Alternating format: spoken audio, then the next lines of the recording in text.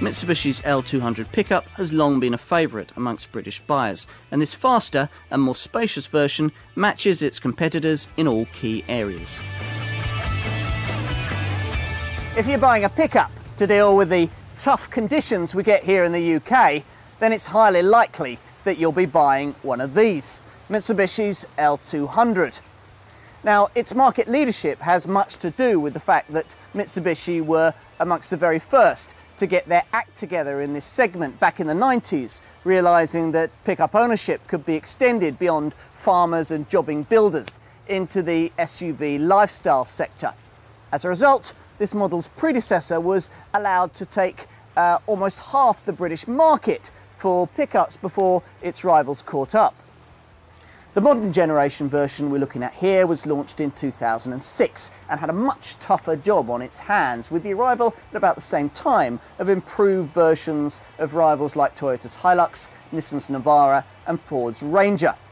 Curvy styling set the vehicle apart, but it was still mainly repeat business that kept Mitsubishi's market leadership in the face of rivals offering more power and larger load capacities.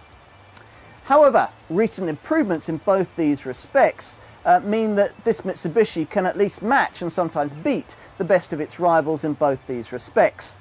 It is once again number one for a reason. As usual with vehicles of this kind, your impressions as to the driving experience will depend largely on how realistic your expectations are. Compared to pickups of yesteryear, models like this L200 will be a revelation and will be quite satisfactory for those used to larger, clunkier SUV 4x4s. There's the expected commanding driving position from a perch on the height adjustable driver's seat, and there's a choice of 134 or 175 common rail 2.5 litre diesel engines. Now, it's the fastest of these two that I'm driving here, capable of a 111 mile/h total top speed before you apply the anti-lock brakes with their electronic brake force distribution. There's a substantial amount of torque, 400 Newton meters in this 175 brake horsepower L200. There's the option of a 5-speed automatic transmission that I've got here with a sports mode on it, though that does drop torque to 350 Newton meters. Whichever transmission you choose, this vehicle can certainly tow. It has a maximum 2,700 kilogram brake towing capability, and it's also reasonably easy to turn as well. It's got a best-in-class turning circle of 5.9 meters, turning circle radius. The drive can never be totally car-like though. That would require fitting a rear suspension that would compromise the hefty 1,045 kilogram payload. But it's something you quickly adjust to, and this isn't the kind of car you'd want to throw about anyway. Should you mistakenly try and do so, the MASTC system, that stands for Mitsubishi Active Stability and Traction Control System, well, that'll rein things in before anything starts getting too hairy. The system monitoring G-forces on the suspension and then telling the system how much power it can safely offer from the engine.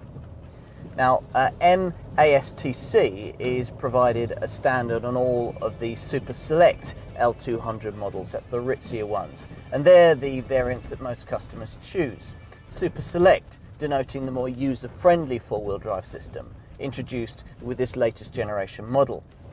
The old model's Easy Select four-wheel drive system, which is still fitted to some of the more basic versions of this pickup, forced you into two-wheel drive most of the time, unless you were off-road and selected four-wheel drive in high range with lock transfer, or selected four-wheel drive in low range with a heavy-duty rear differential lock.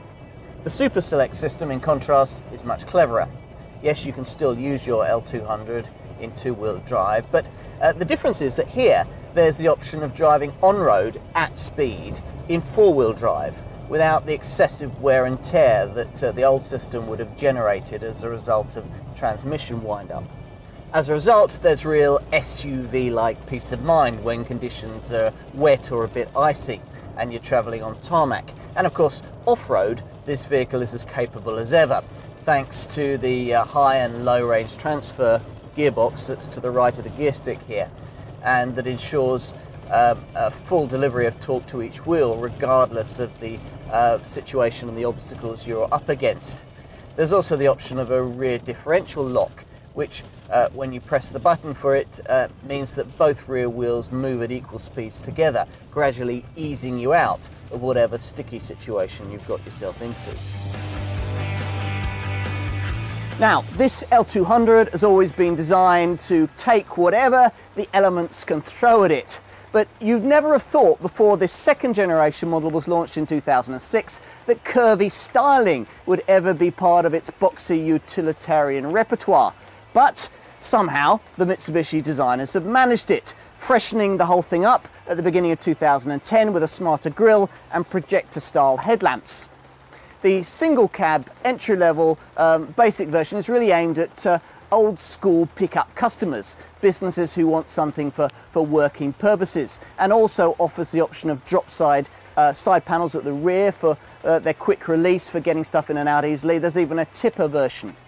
Now, amongst those businesses who want that kind of thing, but also may occasionally need to transport more than one passenger, there's also a club cab version with some space behind the front seats for additional storage or for small passengers.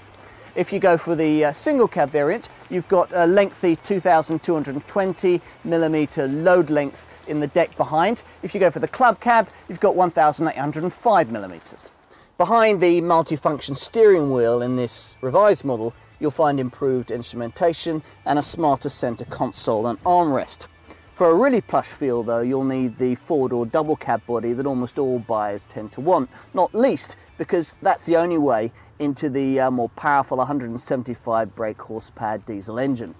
Now, competitors offer double cab models, of course, but the usual upright rear seating that you get and the lack in most other pickups of a proper three-point seatbelt if you're sat in the back here in the middle might make you think twice about transporting a family of 5 in one of those over a long distance.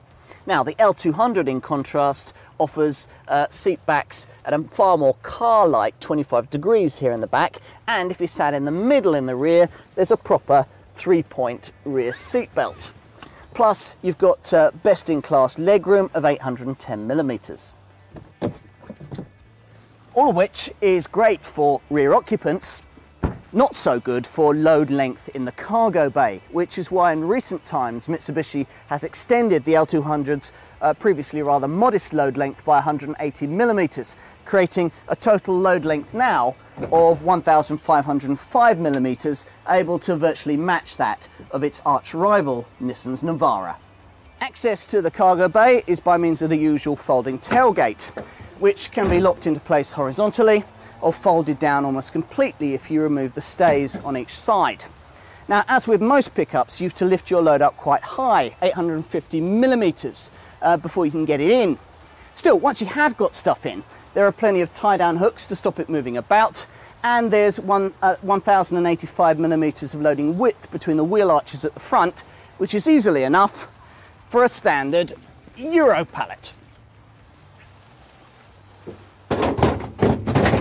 Now, one touch I really like is the option on this model of a retracting heated rear window, which can drop down so that anything you can't fit in the load bay can be poked through to the cab.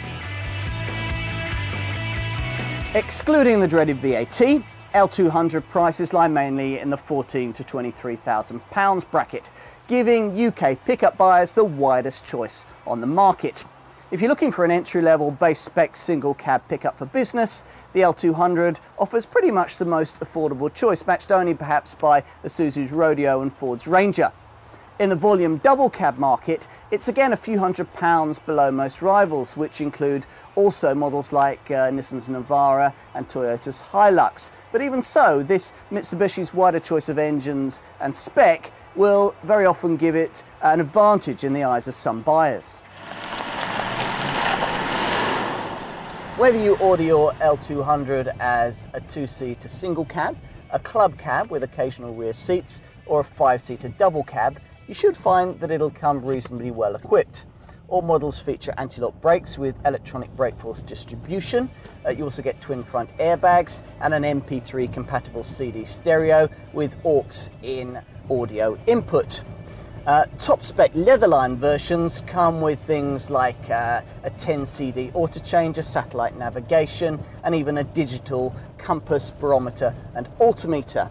From then on, of course, the sky's the limit. It's just a case of what you want from the options list. Only top spec versions get the top 175 brake horsepower version of the 2.5 litre diesel engine. Most entry-level single cab and club cab business customers are quite satisfied with the basic 134 brake horsepower version of this common rail diesel unit. Now, if you're in the market for a pickup, then you'll probably already know that despite this genre of vehicle's more car-like demeanour these days, it's still classified as a commercial vehicle in the eyes of the taxman, which means that if you're self-employed, it'll attract a lower benefit in kind rating than you might otherwise expect, and you may well also be able to claim back the VAT on the purchase price, all of which goes some way towards offsetting a rather thirsty showing at the pumps, despite economy and emissions improvements of around 6% in recent times.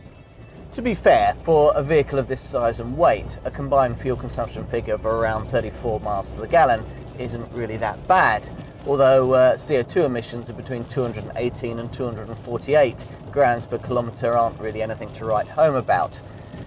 Servicing is every 12,500 miles, and there's a low-cost Mitsubishi service plan. There's a 12-year anti-perforation warranty and the usual 3-year 100,000 mile vehicle warranty. And residual values are actually class leading. Independent specialists CAP reckon that after 3 years and or 60,000 miles, this vehicle could well return you up to 42% of what you paid for it.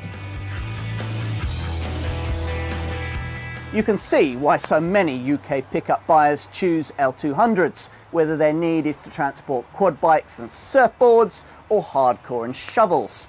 It's tough, good looking, and offers a wide range of choice. And now that it can pretty much match or surpass its rivals when it comes to carrying capacity and power, it is more than ever a vehicle that buyers can't ignore.